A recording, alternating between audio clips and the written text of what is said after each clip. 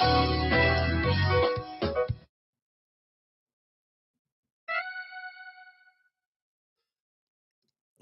very good day to you. And in this episode, I'd like to talk us through what the basis for thinking well is. We often lose a lot of sleep and energy over decisions we make because we haven't thought them through carefully. I think part of learning to think well has to do with understanding the basis for that endeavor. The gospel writer in the Gospel of Matthew, which talks about God's kingdom coming to earth or on earth as it is in heaven. And the unfolding of his dominion on the earth is seen across these 28 chapters, how he presents himself, his inauguration into ministry, his presentation, the opposition he faces. And here in chapter 22, there are a couple of pointers in the story that I'd like for us to pick up, because there were constant discussions between Jesus and the leaders, the Jewish leaders of the day. They, of course, were called the Pharisees and the Sadducees. And they both were two groups that had at the root the same belief, but then they differed on a number of issues inside of their sameness. So in verse 15 of 22, it says, the Pharisees come to him and they want to entangle him. They want to get him all entangled in what he's talking about. And so they come and they ask him a question. What do you think? Is it lawful to give tribute to Caesar? Of course, he's smart enough because he answers their question with a question. Why do you tempt me, you hypocrites? Because he understood and knew what they were doing or trying to do. So the Pharisees come to him with questions. Then the Sadducees do the same. They present him a scenario about whose wife will a particular woman be who goes through 7 men. And each time that person dies. Now, who in the end, of course, is her husband? And how will this play out in the resurrection? Of course, Jesus has a very interesting way of answering them. But then in verse 34, the Pharisees come to him again and they ask him a question. Which is the great commandment in the law? And Jesus answers. Now, it's a huge study on its own to watch how Jesus uses questions and how he goes at questions in terms of answering them. Very often he fires a question at a question. He answers a question with a question. In the West, we are so given to answering questions. Somebody presses a question mark button and we have this compulsion to answer the question instead of what is inspiring this question? What this question is framed in a particular way. Why are you framing it like this? There's great wisdom in studying the framing of questions. And so in verse 37, the first question, to what is the greatest commandment in the law? You shall, or thou shalt love, KJV says, the Lord thy God with all thy heart, with all thy soul, and with all thy mind. This is the first commandment. And the second is like unto it, thou shalt love thy neighbor as thyself. On these 2 commandments hang all the law and the prophets. Of course, that comes out of Um, Very familiar passage in Leviticus chapter 19, the second part, 19:18. Thou shalt love thy neighbor as thyself. I am the Lord. But Deuteronomy chapter 6 and verse 5 is more specific. Thou shalt love the Lord thy God with all thine heart and with all thy soul and with all thy might. All your energies that you can muster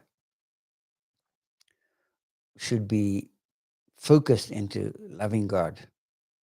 And these words which I command thee this day shall be in thy heart, will be in the control room of your life.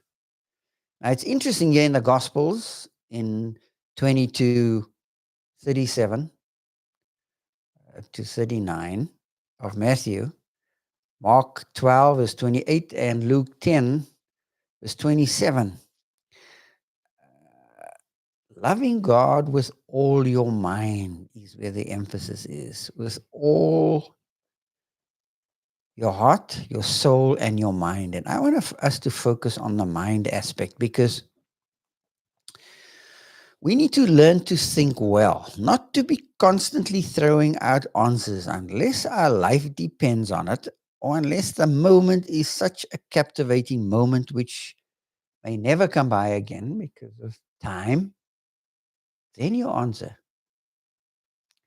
But there are three things that we need to learn to think well. Now, I'm going to go as broad as I can because you need to wrestle with what the axiomatic minimum is that you need in order to dialogue with someone in a sensible, consistent, and loving way. Three things.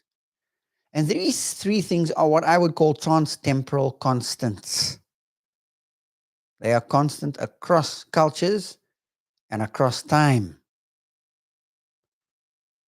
Others call it the axiomatic minimum that you need in order to dialogue and discuss issues. Well, what are those three things? They are the three things behind which there is no question that fuels it. You go as far back as is possible, asking the question, behind the question, behind the question, behind the question, until you get to the base, the axiom, the self-evident truth. Well, what are the three self-evident truths for the follower of the way?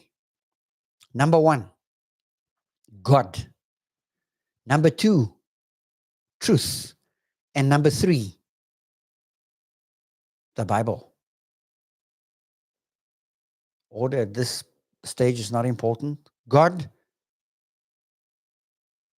the Bible, and truth. God is the transcendent one. The Bible is the immanent thing.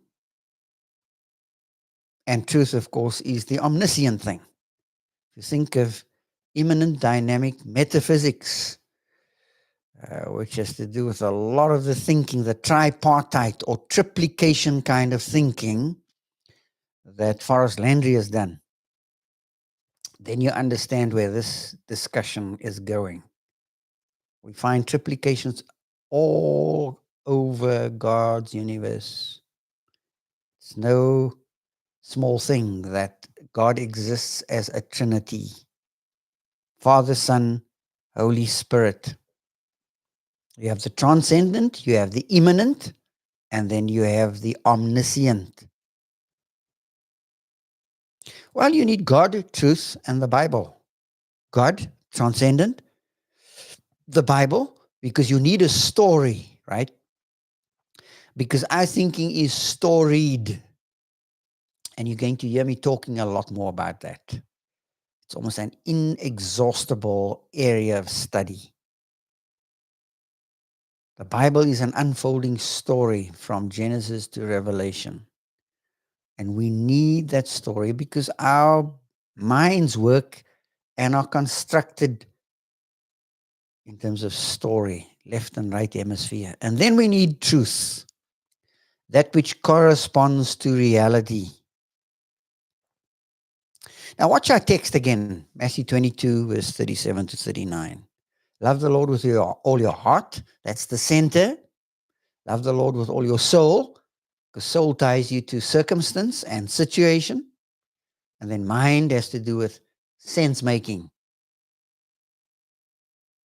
A heart is the center where all of our thought life is embodied. The soul is the embedded situation, the socio-cultural niche where we find ourselves. And in that context, we grapple with making sense out of life and living. So we need God. The first axiomatic minimum piece is God. Now, I want us to steer away from being cataphatic. By cataphatic, we mean what God is. God is this, God is that. And we are given to lists and lists and lists of cataphatic statements, which are propositional statements or sentences that we feel capture truth. Now, propositions are not the end game. They are the starting point for deeper diving into dispositional knowing, which is process, perspectival, and participatory kind of knowing. Propositional knowing is the currency of dispositional knowing. If you are familiar with the work of Ian McGilchrist, then you'll know exactly what we are talking about. It's a posture, or the way we posture ourselves in getting to know and knowing. And when it comes to God, if you think you can do a 6-week course and you will know who God is, well, you are in for a time of your life, because no 6-week course or 6 modules or a booklet or a theology course could ever pan the depths of who God is. So rather than going at God in a cataphatic way, this is what he is. I think there's a very distinct place for going at and understanding who God is in terms of an apophatic approach. This is what God is not. Think about Acts 17, verse 25, 28. It says, in him, in God. That's the antecedent. We, who's we? The antecedent is all of us, human beings. We live and move and have our being. Our state of being is conducted inside of God. Try getting your head around that one. That's just one line in the story. So there are place for propositional statements, but don't make them the end game. They are the beginning of the journey. Wrestle with what God is not. He's not this, he's not that. Well, I know the text says God is love. What is that? What is that not? Then we go to truth. Truth is living in fidelity to the flow of reality. In a day where your truth and my truth and our truth, we're getting so confused about what truth is. How about truth being living in faithfulness to the flow of what is really real? Or what is virtually real or apparently real? What is really real? Yeah, that of course opens up a whole nother discussion. And then the third axiomatic minimum piece in order to dialogue and discuss. The Bible. We need a story, because all of us have a deficient story, but the Bible's story is what needs to captivate our minds. Because story has to do with worldview. It fuels our worldview. So you want to give people a worldview that is true, that is living in fidelity to the flow of reality, a story which is alive. Give them the biblical story. It's the good news of the gospel, but it's also a lot broader than that. It's the story that runs throughout what we call the Bible. It starts out once upon a time and it ends happily ever after. Or were you never told fairy stories? Our story begins in the beginning. There's the time marker, and it starts with a tale of a garden and ends with a city of gold. I remember as a child learning a song like that. It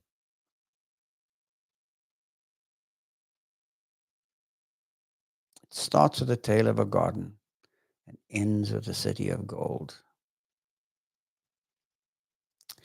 Now let's unpack that.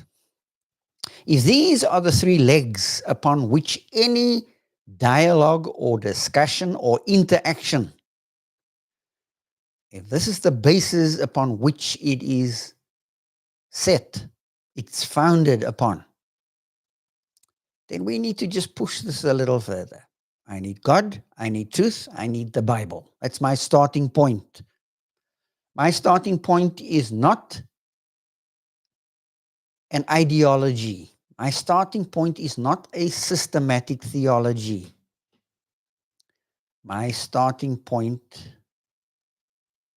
is God, truth, and the Bible. Not what's derived from the Bible, what is the basis for derivation for what we believe and how we live. So that's why I encourage you to go as far back as possible. What's your axiomatic minimum for discussing this and such? Here it is. Don't say, I believe in the historical redemptive unfolding of the story in the scriptures. You have made a comment that you have derived from the Bible. You need to go further back than that and say, this is the basis to start from. Now, once you've got the basis to start from, you've got the axiomatic minimum. Or, as I've said it in another way, you've got the basis or the trans-temporal constants from which to discuss and talk and dialogue. Now you need to figure out what is the central meme, what is the cultural replicator here? Because what is a meme? A meme is a cultural replicator. Well, the central meme of the scriptures, which grows out of the Bible, out of the story of the biblical text, is the cross. The cross is the divide in human history. BC, before Christ. AD, Anno Domini or Domini. A watershed is Calvary. In the West, that's how we understand it. And biblically, that's the pinnacle. It's where heaven and earth collide. It's where the transcendent touches the immanent. What is the central meme? The cross. Now, growing out of the scriptures is not only the central meme, but the meme complex. What's the meme complex that grows out of the scriptures? This script that we have. We as followers of the way have a script which directs us to the true and living way. It's the Tao, but the Tao is not the Tao. It's a way of living that is mapped for us in terms of a journey of discovery. Listen to how I'm phrasing that. It's a journey of discovery. Embark on the journey and enjoy the ride. It will prevent you from becoming stiff and starchy and stodgy. The central meme is the cross. The meme complex is the story that runs from Genesis to Revelation. Starts in a garden, it ends in the garden of God, the new Eden. Now, what I want you to notice about this meme complex is that Deuteronomy 6 raises a very interesting point, because in the law codes, right, the law codes were to be transmitted from one generation to another, to another, to another. And how was this to be transmitted?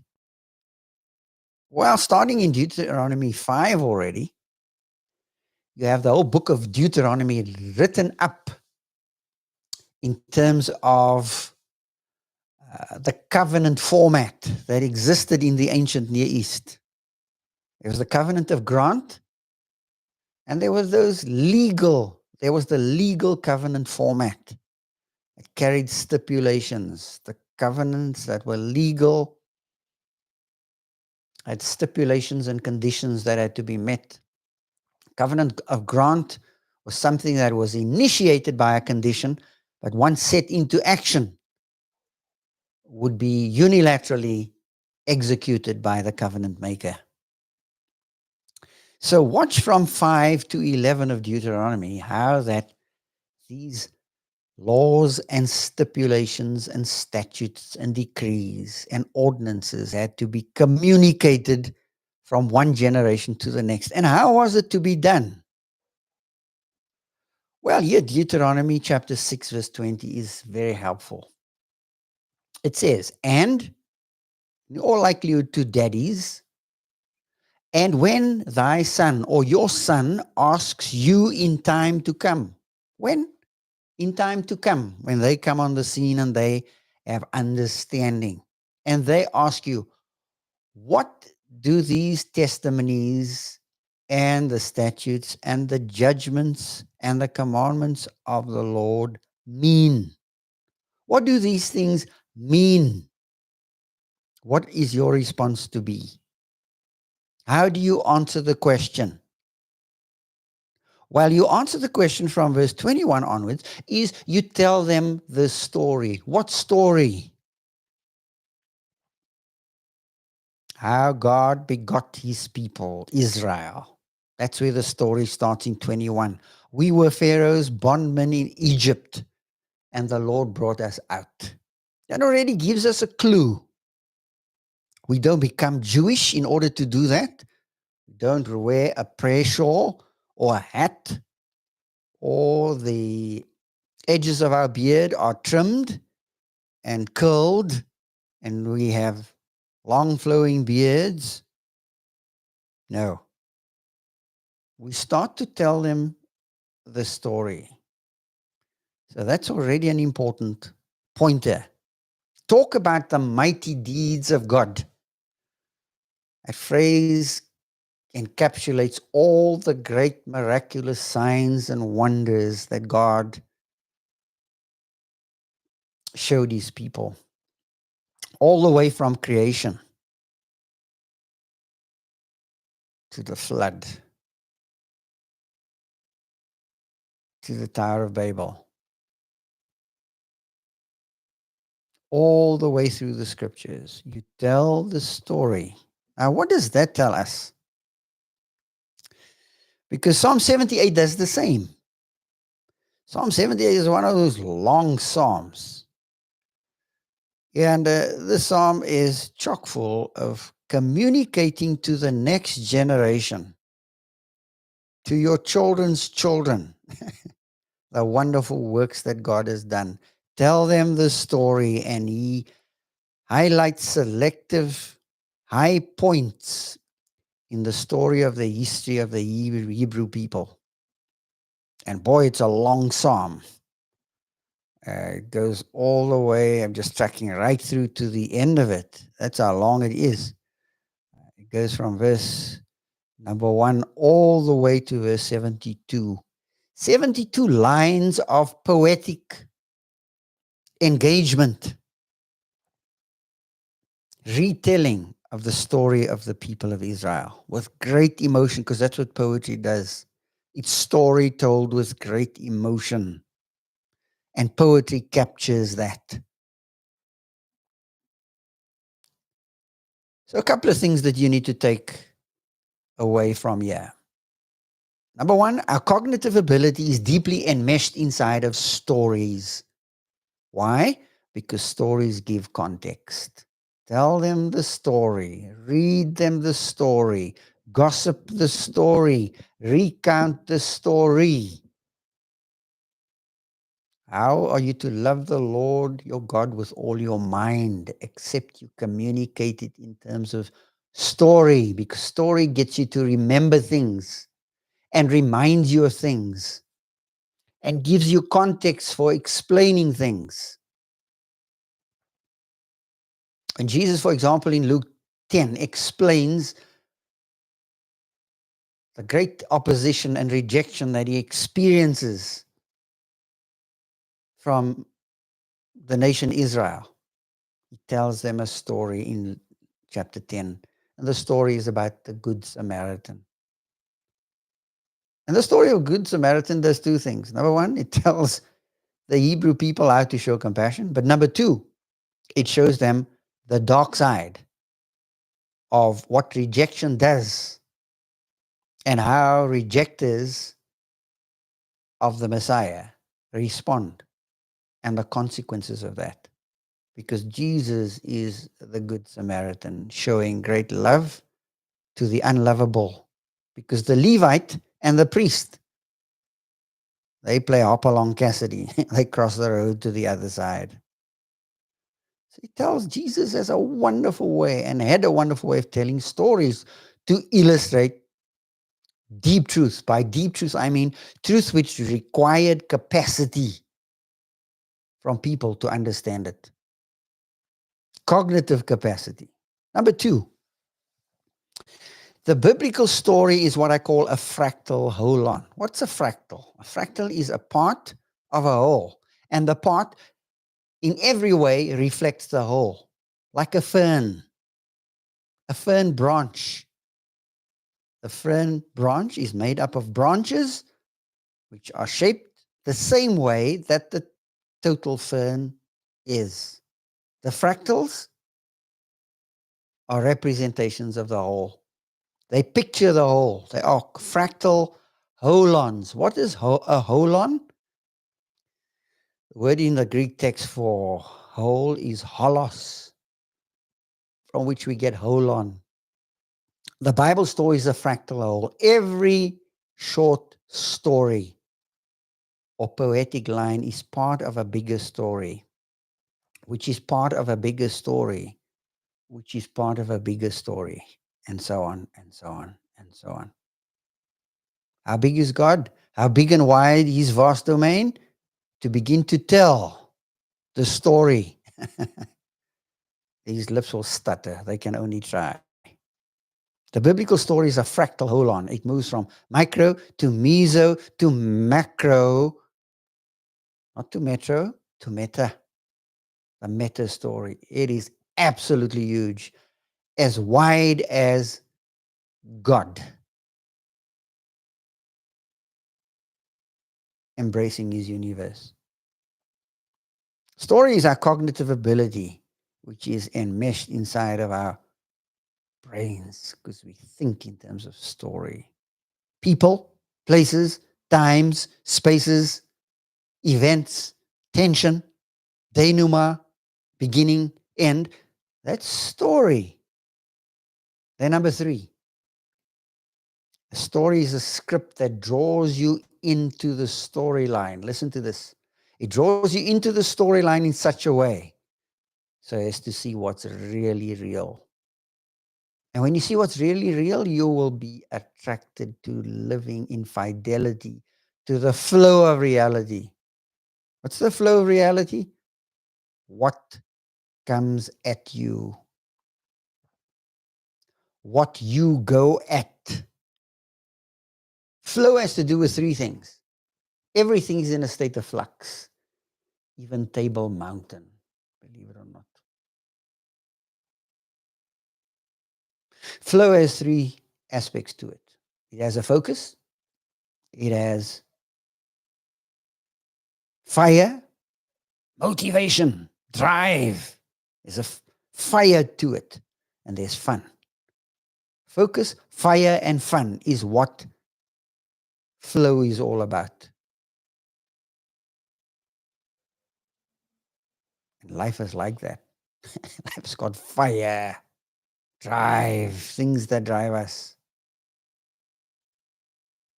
There's focus, and it is fun. But we live it as a good night. The lights just went out. And this is the end. Instead of living life on the balls of our feet, eagerly anticipating what God is about to do next. Number 4, a story is like a window pane to look through as well as to look at. We don't only see with the eye, we see through the eye. What is the organ of vision? Most would say the eye. But that's the receptor. But the brain, the mind, the brain is actually the thing that processes what comes through that receptor. Well, the biblical story is like a window pane. On the one hand, it's a stained glass window that we can look at and admire and encounter and meditate upon, but it's also a transparent window pane that allows us to look through it to life. It orients us to what is really real, what reality is. It's like a hologram. You know what a hologram is? It's a picture that is created in such a way that if you look through this picture, you will see another picture inside of it. And sometimes you have a real hard time seeing the picture inside of the picture. But the moment you focus carefully and you look through that paper as if you were looking through it to the other side, you see something inside of the picture. That's what stories do. That's what the Bible is, the meme complex. Not 10 statements of faith, not a creed or a confession. It's the story from Genesis to Revelation. I've always been amused by a particular denominational label called, "This is the full gospel church." Well, at our church, we preach the whole counsel of God. Very interesting, isn't it? And then you watch and you become amused at what's left out. But we preach the full counsel. Well, how about grabbing the whole story? It takes a lifetime to even start to understand that whole story. But for what we can embrace and learn is to get that story down. In the beginning, God. There's a full stop at the end of the story. In eternity, it goes from eternity to eternity. Central meme is the cross. The meme complex is the story and all that it embodies in that script. And then the third thing that we need to wrestle with.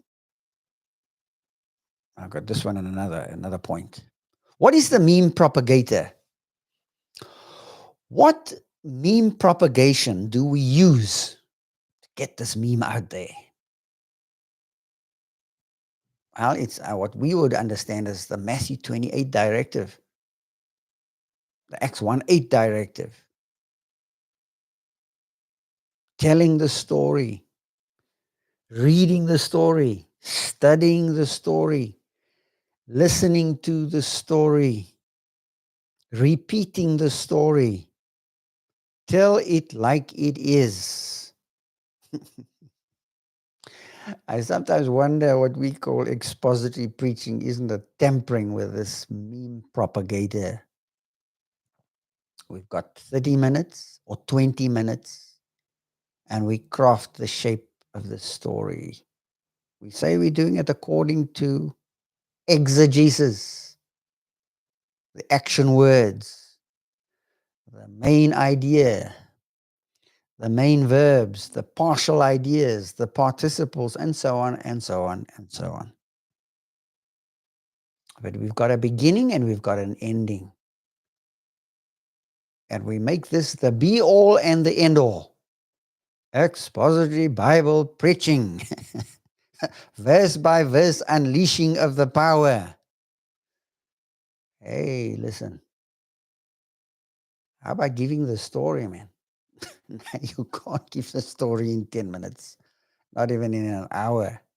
Think of how long it takes to read 66 books.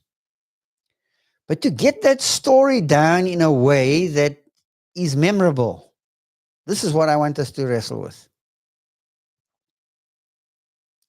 Because if we are telling the story and we are reading the story and repeating the story and summarizing the story and doing all these wonderful things with the story, how do we protect that story? Well, the assembly is the protection mechanism. Can I repeat that? The assembly is the protection mechanism. It's an organic and amoebic modality. Watch all the descriptors I'm using because we have such a phony idea of what church is. It is alive. It pulses with life. It's made up of men, women, and children who have believed Christ, who believe in Christ, who have trusted Christ. Parents are in there, and sages are in there, and everything else in between. The men and women with all the different kinds of giftings. It's not just fivefold ministry. Fivefold ministry is for starters. But peer on peer ministry is for those who are maturing. So what is the mean protector? The assembly. The church is the pillar and support of the truth. That's the church's function. Right? Parents, sages. It was David Brooks at the ARC conference not too long ago, 2025, said the following. Cultural change comes when a creative minority finds a better way to live and the rest of us copy it. The rest of us copy. Cultural change comes when a creative community finds a better way to live and the rest of us copy. How will we know what the better way to live is if we don't know the story? And that story has not drawn us in and saturated our minds. See, the story is what enables us to think well in the sphere of the commons. Now, before we unpack this, we need to think of ways of how to communicate that story. Yes, we give it in its core form as the gospel, the good news. Christ died for our sins, according to the scriptures, and he rose again, according to the scriptures. Each one of those statements empirically verifiable through burial and resurrection. Burial and the appearances after resurrection. Those are the two verifiers. What verifies that he died? He was buried, put in a tomb for 3 days. He rose again. How do we know? He was seen over a 40-day window by many inarguable proofs. He was seen at one point by 500 all in one shot. Now, you need to think of how do you give off the broader story, the broader context of that story. It goes from Genesis to Revelation. And this is, I think, where we have fallen flat on our faces because we don't know the flow of the story. I have a simple way I taught my kids an eagle's view of the Old Testament, and then we did the New Testament. An eagle's view, a fun way of getting to learn the story line caught in the 11 books, the 11 narrative books that carry the storyline. Only 11 of them. Genesis, Exodus, Numbers, Joshua, Judges, Samuel, Kings, Ezra, right? the beauty of these books is that uh, Nehemiah um, and Ezra finish off the 11. I'm counting double books as well. First and Second Samuel, First and Second Kings. 11 books that carry the storyline. Give them the storyline so that on top of that, they can learn where to pack the rest of the story details. But we don't even give them that. And that's why we have such biblical ignorance. How does John 3:16 relate to Genesis chapter 3 or to Noah in Genesis 6-9? Well, like somebody said, I don't have a cooking clue. But if you have an understanding about the flow of the story, a memorable storyline, you can teach it. I teach it over a 6-week window. And I'm not saying that's the whole story. It's just across the 11 books that carry the storyline. And the rest are all books that fit on top of that story that runs, the thread that runs. And that will help you to think your way through not only the scriptures, but get you to think through life and living. I made the comment that imbibing the story will enable us to think in the sphere of the commons. Because story is deeply enmeshed in our cognitive machinery. But we have a big problem. And one of the problems, one of the reasons we can't dialogue in the sphere of the commons is that we don't know the biblical story. So we can't think well, not only on our feet and not only when we sit, walk, and stand, but we are speechless in the sphere of the commons. What's the commons? Well, is that sphere of life and living which refers to shared resources, spaces, knowledge, where things are managed collectively uh, without private ownership or commercialization. The sphere of the commons. Having grown up very British in my own culture, I understand that because we had a place called, we still have this place in Cape Town, the Rondebosch Commons. Never knew what that meant as a kid. All I knew was anybody could go there, could walk there, could jog there, could have a picnic there, could fly a kite there, fly any kite there.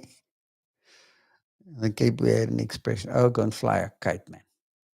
Which means, just get off my case. Go and do something sensible.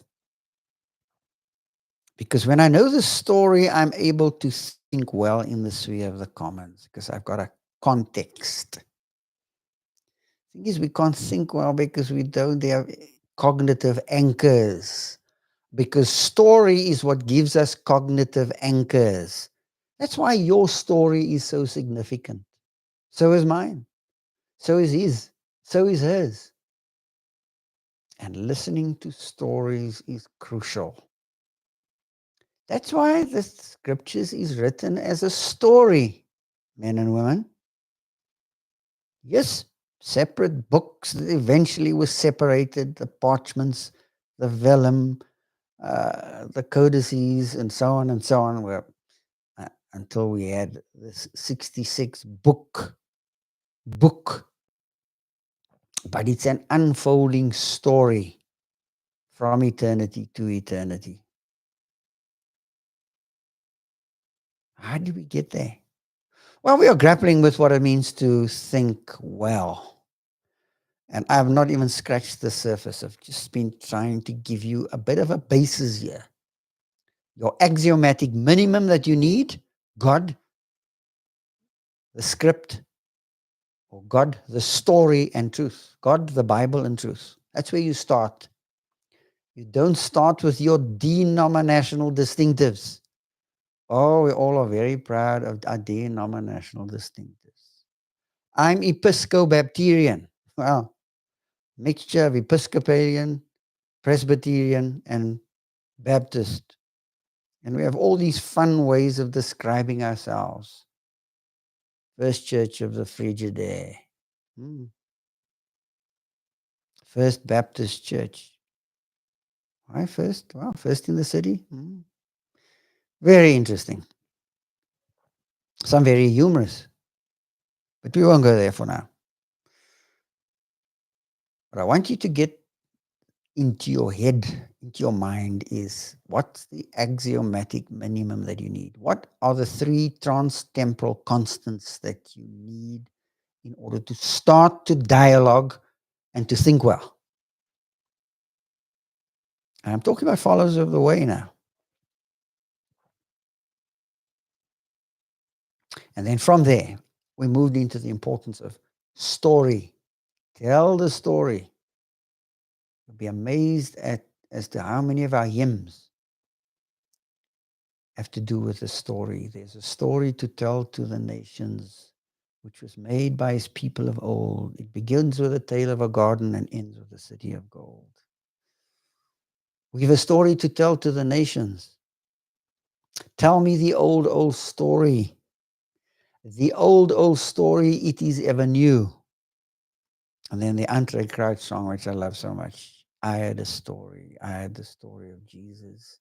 Sounded like music to my ears. It's not just a story. It became real to me. I'm going to be unpacking this a lot more. This is just but barely scratching the surface. Loving the Lord your God with all your mind. And it cannot be done separately from your soul connection to your circumstance and without the control room of your being, which is your heart. But here we are focusing on the mind. That's it for now. I trust you tune in to our next exciting episode on Thinking Well. There will be episodes to follow. Goodbye for now.